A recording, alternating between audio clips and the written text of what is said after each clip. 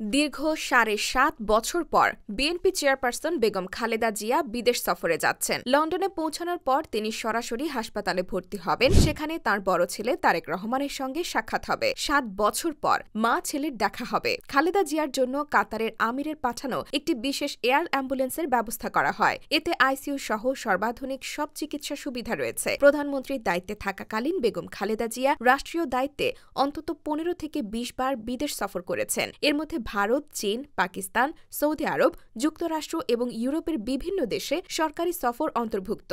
বিরোধী দলীয় নেত্রী থাকাকালীন তিনি রাজনৈতিক আলোচনা ও চিকিৎসার জন্য বেশ কয়েকবার লন্ডন, সৌদি আরব এবং মধ্যপ্রাচ্যের বিভিন্ন দেশ সফর করেছেন। সাধারণ গৃহবধূ থেকে বেগম জিয়া পা রেখেছিলেন বাংলাদেশের মূলধারার রাজনীতিতে। এরপর পাড়ি দিয়েছেন ঘটনাবহুল সব অধ্যায়। খালেদা জিয়া একবার বিরল রেকর্ড গড়েছিলেন। মাত্র ১৪ দিনে তিনি প্রায় ১০,০০০ কিলোমিটার পথ অতিক্রম করেছিলেন। বিধ্বস্ত বিএনপিকে নতুনভাবে সংগঠিত করতে তিনি একের পর এক জেলা পাড়ি দিয়েছিলেন। শতাধিক জনসভা ও পথসভায় নির্বাচনী ভাষণ দিয়েছিলেন। এভাবে বাংলাদেশের নির্বাচনী অভিযানের ইতিহাসে খালেদা জিয়া রেকর্ড গড়েছিলেন। তখন ছিল নির্বাচনের সময়, ২০০৮ সালের নির্বাচন। কিন্তু বিএনপি সেই নির্বাচন হেরে যায়। পরাজয়ের পরও তিনি নতুন উদ্যমে কাজ শুরু করেন। কিন্তু ২০১৩ সালের নির্বাচনের আগে খালেদা জিয়াকে অবরুদ্ধ করে রাখা হয়েছিল। তার গুলশানের বাড়ির সামনে রাস্তার দুই পাশে বালির ট্রাক দিয়ে আটকে রাখা হয়। ওই সময় খালেদা জিয়া রেগে গিয়ে পুলিশদের উদ্দেশ্য করে বলেছিলেন, এরা সবাই গোপালগঞ্জের নামই বদলে যাবে। ২০১৫ সালে খালেদার ছোট ছেলে আরাফাত রহমান কোকো প্রাণ হারালে তিনি বেশ ভেঙে পড়েন। এরপর অসুস্থ হয়ে পড়েন। খালেদা জিয়ার অসুস্থতা বিএনপিকে বেশ ভুগিয়েছে।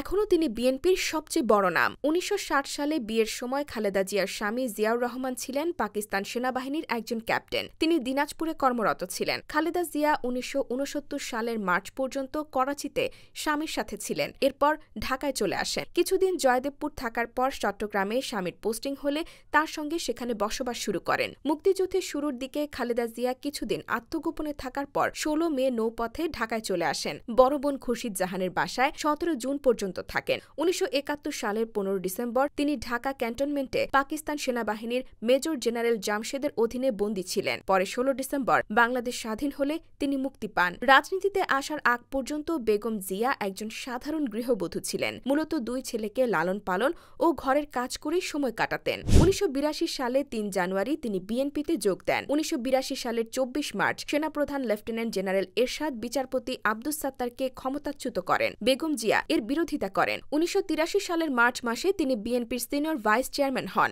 একই বছরের ১ এপ্রিল দলের বর্ধিত সভায় তিনি প্রথম বক্তৃতা প্রদান করেন। বিচারপতি সাত্তার অসুস্থ হয়ে পড়লে তিনি দলের ভারপ্রাপ্ত চেয়ারপারসন হিসেবে দায়িত্ব পালন করেন। ১৯৮৪ সালের ১০ মে দলের চেয়ারপারসন হিসেবে তিনি বিনা প্রতিদ্বন্দ্বিতায় নির্বাচিত হন। তার নেতৃত্বে মূলত বিএনপির পূর্ণ বিকাশ হয়। এভাবেই রাজনীতির আঙিনায় পা দিয়ে খালেদা জিয়া ধীরে ধীরে গৃহবধূ থেকে সম্পূর্ণরূপে রাজনৈতিক ব্যক্তিত্ব হয়ে ওঠেন। ২০০৮ সালে নির্বাচনের আগে বিধ্বস্ত বিএনপিকে নতুনভাবে সংগঠিত করতে খালেদা জিয়া ১০,০০০ কিলোমিটার পথ পাড়ি দিয়ে শতাধিক পথসভায় অংশ নিয়েছিলেন। কিন্তু বিএনপি সে নির্বাচনে হেরে যায়। পরাজয়ের পরও তিনি নতুন উদ্যমে কাজ শুরু করেন। কিন্তু ২০১৩ সালের নির্বাচনের আগে খালেদা জিয়াকে মাঠ পর্যায়ে আসার সুযোগই দেওয়া হয়নি। তবে ২০২৪ সালের আগস্টের পর থেকে সবকিছু বদলে গেছে।